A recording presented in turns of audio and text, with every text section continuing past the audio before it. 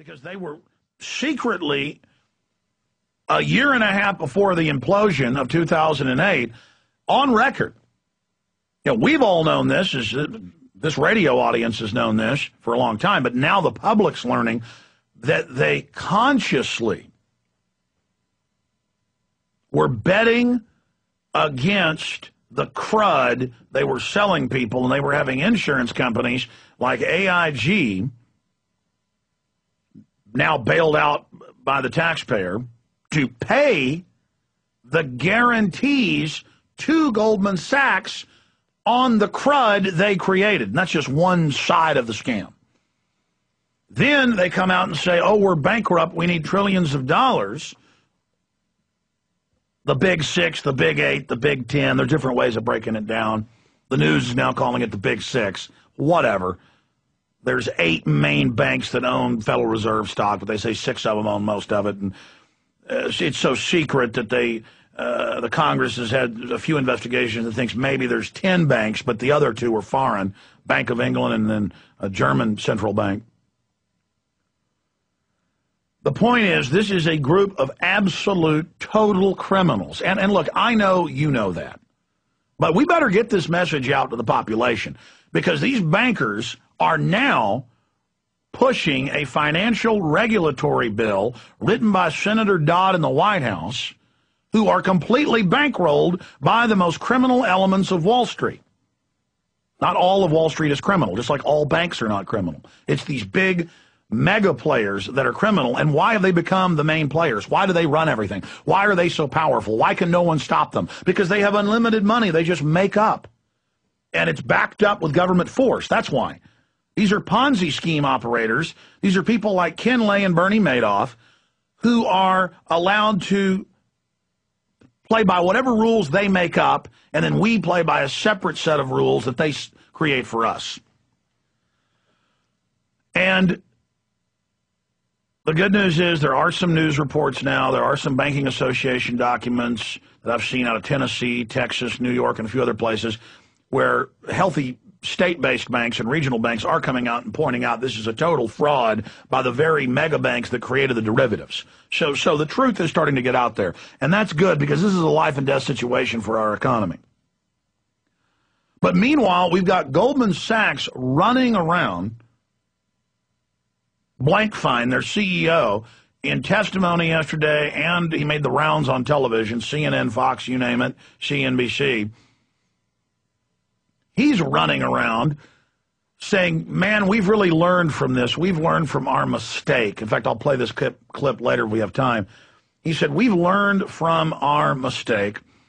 We just didn't know that this was going to happen. The economy was doing so well, we thought that we just made a mistake. No. All the emails, the documents, their internal memorandum, the orders being given by the directors of the major units of Goldman Sachs across the board was sell toxic poison labeled as mother's milk to investors. And what should really concern everybody is Goldman Sachs is now out in the open. That's how dumb they think we are. The media the last month has been almost universally lying, saying, oh, the banks are upset about this banking reform bill. They don't want it. This is going to get them in line. This is going to end derivatives. This is going to keep our economy safe. And the big corrupt bankers, they don't want it. Then meanwhile, at the critical juncture, Goldman Sachs comes out and says, oh, we actually support this legislation, and we were involved helping the White House craft it. So this would be like Ken Lay sitting as the judge in his own trial and being given a $10 million lottery prize or Publishers Clearinghouse sweepstakes prize for robbing people. I mean, it's too rich. And the system is attempting this because they have absolute and total contempt for the American people and the people of every other nation they're robbing. I mean, why do you think Mexico and Brazil and Asian countries are so bankrupt and people are so poor? Their people are smart, they're hardworking, they're intelligent, but they have never had a chance at freedom. They have been dominated by these systems for hundreds of years. Now we're being dominated by it. That's why America's always been so hated by Latin America and Africa and poor areas of Asia and Eastern Europe, because people knew it was U.S.-backed banks that were in there robbing them 7 ways to Sunday. Well, now the very same banks are doing that to us, and we better bring them to justice now, or it's going to be very hard to kick them out. If they're able to fully bankrupt us and get their financial straitjacket in place, it's over for this society. I'm going to come back, finish up with this, then get into the latest on the Arizona situation. We've got Reverend Manning joining us, Christina Ebersol, and Judge Andrew Napolitano today. It's a power-packed transmission, Infowars.com. Along the coach roads I did ride. So here we are. They've passed their government takeover of health care, but the states are fighting back. The people are beginning to awaken the sleeping giant that is America. The global carbon tax scheme is in deep, deep trouble. Wonderful news out of France, Germany, Australia. They are saying that they are abandoning the global carbon taxes at the national and international level. The problem is they're going to counterstrike at the local level.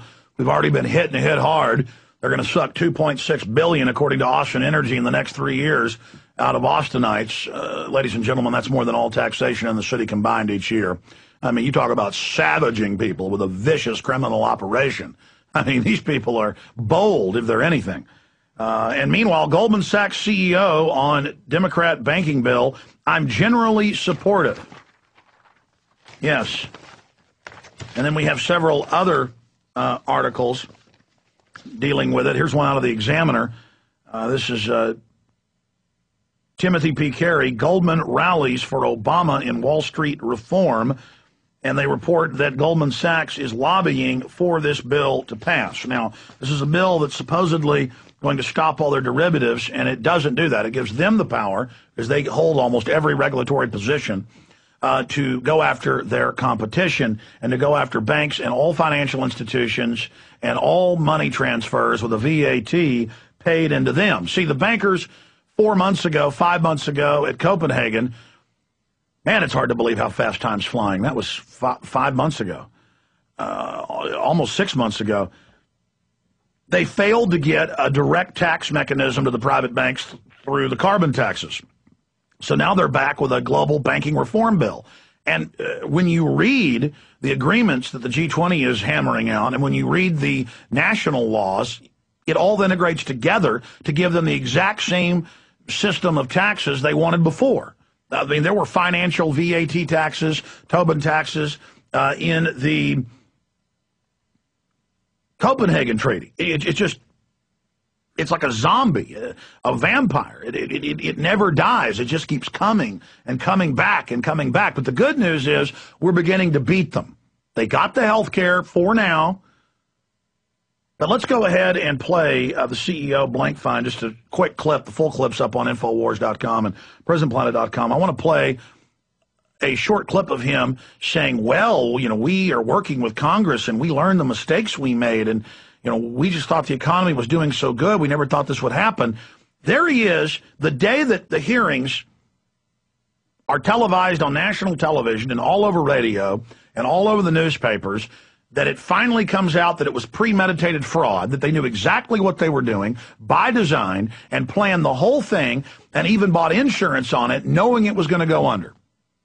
So they sold it to people that they knew were going to be robbed, and then they also insured themselves.